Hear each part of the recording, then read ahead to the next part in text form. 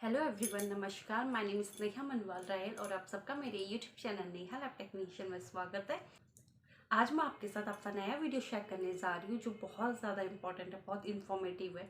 आज मैं आपके साथ शेयर करने जा रही हूँ कि ट्राइग्लिसराइड क्या होता है और ट्राइग्लिसराइड और कोलेस्ट्रॉल में क्या डिफरेंस है। इसके पहले वीडियो में मैंने आपके साथ शेयर किया था कि कोलेस्ट्रॉल टेस्ट क्या है, कोलेस्ट्रॉल होता है तो हमारी बॉडी में क्या प्रॉब्लम होती है। तो ट्राइग्लिसराइड भी हमारी बॉडी में होता है। तो आज मैं वही आपके साथ शेयर करने जा रही हूँ कि ट्राइग्लिसराइड क्या होता है। ठीक, ट्राइग्लिसराइड जो है वो एक तरह का फैट है जो कि हमारे बॉडी में प्रेजेंट होता है। ट्राइग्लिसराइड मतलब एक कॉमन फैट है जो कि हमारे बॉडी में नॉर्मल अमाउंट में प्रेजेंट होता है। अगर ट्राइग्लिसराइड फैट जो कि हमारी बॉडी में बहुत ज़्यादा हार्मफुल भी है, ये एक लिपिड है। अगर ट्राइग्लिसराइड नॉर्मल अमाउंट से ज़्यादा हो जाता है तो इससे हमें हार्ट अटैक और ब्रेन हैमरेज के जो चांसेस है वो बढ़ जाते हैं।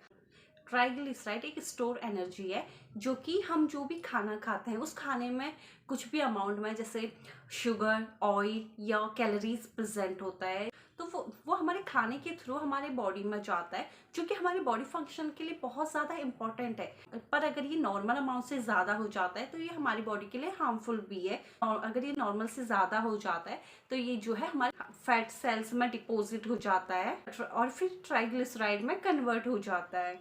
बेसिकली हम जो भी खाना खाते हैं तो उसी के थ्रू ट्राइग्लिसराइड हमारी बॉडी में बनता है। मतलब 100% ट्राइग्लिसराइड हमें बाहर से मिलता है, हम जो भी खाना खाते हैं उससे। और जबकि कोलेस्ट्रॉल जो है वो हमारे लीवर में बनता है। और ट्राइग्लिसराइड जो है वो एक फैट है, लेकिन कोलेस्ट्रॉल फैट नहीं है। कोलेस्ट्रॉल जो होता है वो हमारे लीवर में बनता है, बस कुछ अमाउंट में हम बाहर के खाने के थ्रू हम इसे लेते हैं। ट्राइग्लिसराइड टेस्ट मेजर करता है कि हमारी बॉडी में ब्लड में ट्राइग्लिसराइड का वैल्यू कितना है।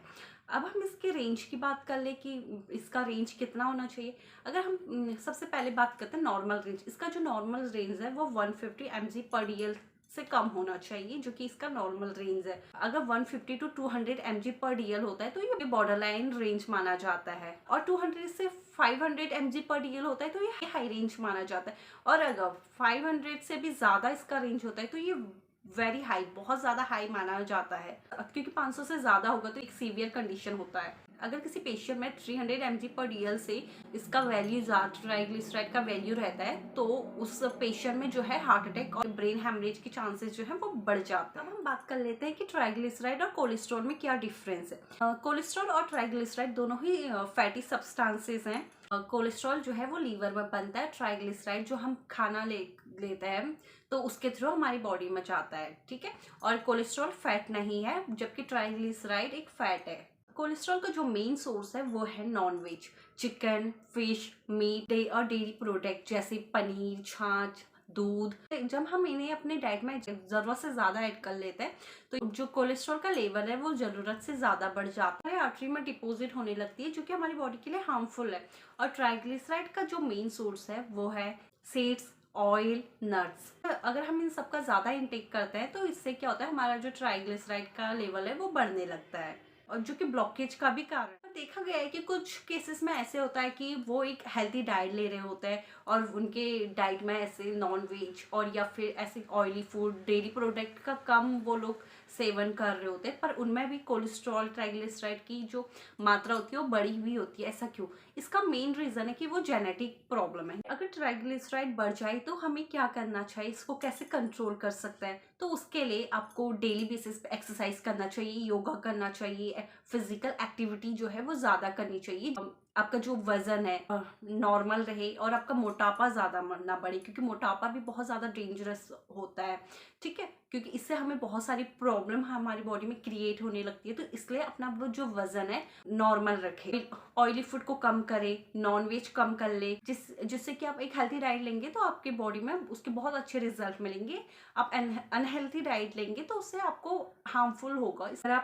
अगर आप स्मोकिंग या अल्कोहल ज़्यादा करते हैं तो उसको कट आउट कर ले, अल्कोहल और स्मोकिंग करने से बचे। डायबिटिक पेशेंट में जो ट्राइग्लिसराइड होता है वो थोड़ा ज़्यादा नुकसान करता है। और जो डायबिटीज़, अगर जो पेशेंट है वो अपना डायबिटीज़ को मेंटेन करे, उसको कंट्रोल करने की कोशिश करे, जिससे कि उनको ज़्यादा प्रॉब्लम ना हो। बेसिकली आपका जो लाइफ स्टाइल है वो जितना हेल्दी रहेगा तो वो उतना ही बेटर रहेगा, इसलिए अपने डाइट पे मेन फोकस करें।